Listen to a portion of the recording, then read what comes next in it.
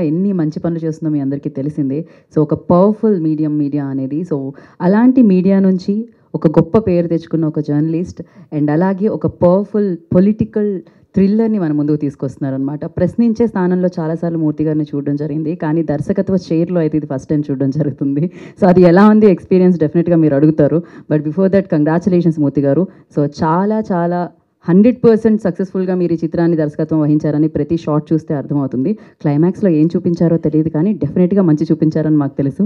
So, అది అలా జరగాలని మనస్ఫూర్తిగా మేము కోరుకుంటూ సో, మూర్తి గారికి కాదు డైరెక్టర్ మూర్తి గారికి నేను ఇచ్చేస్తున్నాను mic. Thank you my dear colleague journalist.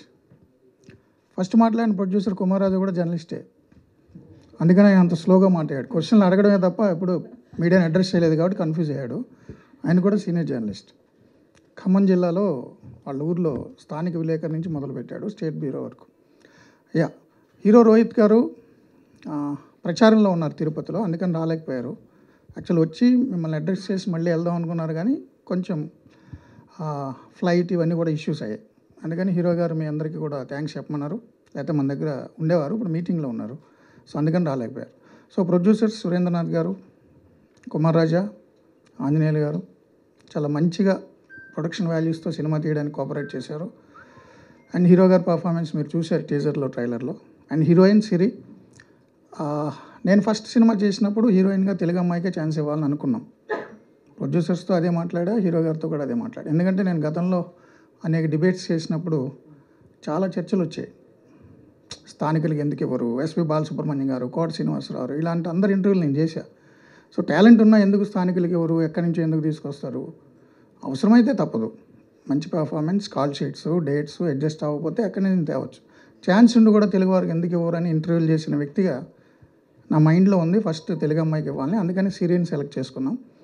ఆమె ఆస్ట్రేలియాలో ఎంఎస్ చేసింది, అందుకని సిరీని తీసుకున్నాం. రెండు చిన్ను మీరు చెప్పినట్టు దినేష్ తేజ్ మంచి పర్ఫార్మర్, హుషారులో అది డెబ్యూ అరంగేట్రం. తర్వాత ఆయన నేను కలిపి ప్లేబ్యాక్ అనే సినిమా యాక్ట్ చేశాం.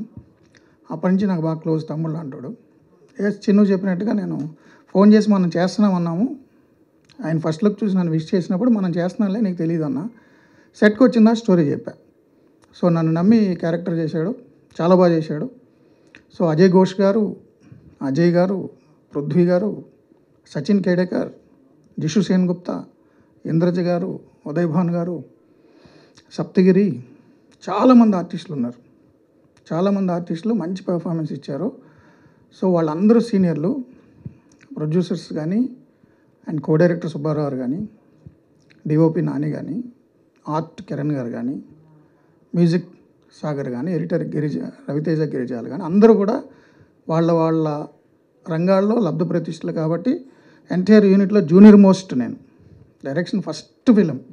సో నా పని ఈజీ అవ్వడానికి కారణం వాళ్ళందరూ సీనియర్లు, చాలా బాగా చేశారు. టీజర్ చూశారు, ట్రైలర్ చూశారు, రేపు సినిమా కూడా చూస్తారు. ఈ సినిమాలో జర్నలిస్ట్ హీరో. సో దయచేసి మీరు, నాకు తెలిసి ప్రొడ్యూసర్స్ అరేంజ్ చేస్తారు, మీరు మూవీ చూడొచ్చు ముందే మీకోసం, ప్రత్యేకించి జర్నలిస్టుల కోసం. సో ఈ సినిమాలో జర్నలిస్ట్ హీరో. ఏం క్వశ్చన్స్ ఉంటే అడగచ్చు.